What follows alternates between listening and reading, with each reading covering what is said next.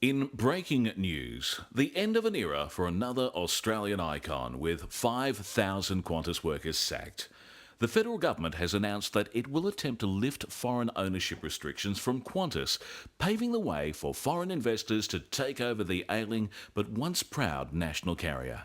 After announcing a $235 million half-year loss last week, along with the axing of 5,000 jobs, Qantas CEO Alan Joyce made a plea to the federal government to ease foreign ownership restrictions and provide a debt guarantee for the struggling airline. Mr. Joyce said that much of the company's problems can be blamed on a giant wave of extra seats provided by what he calls government-owned foreign carriers.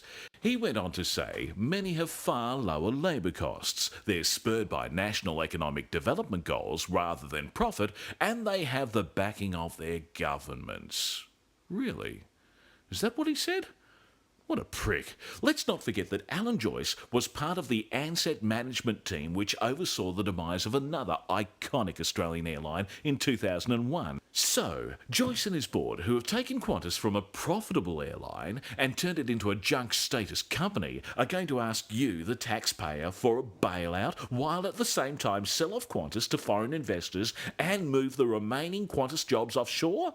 Don't kid yourself that there's any intention of saving Qantas. This bunch of arse clowns will continue to do more damage to this once great company with even more job losses to come. It seems as though Joyce and his cronies are determined to make Qantas worthless. Perhaps the plan from the start was to lower the value of the company so much that the federal government had no choice other than to lift foreign ownership restrictions. That way, Qantas could be sold off and broken apart at bargain basement prices, which I'm sure results in huge profits for many of Mr. Joyce's corporate friends around the world. And despite destroying a national icon, Alan Joyce's international corporate connections will make sure his post-Qantas employment prospects will be so, well, maybe not so surprisingly good.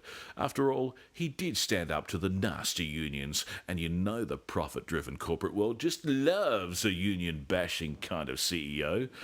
They're feeling a twinge right now. So it's farewell to Holden, and it looks like it's farewell to Qantas as well. For Ozpol Review, I'm Phil McCracken, and I'm pissed off.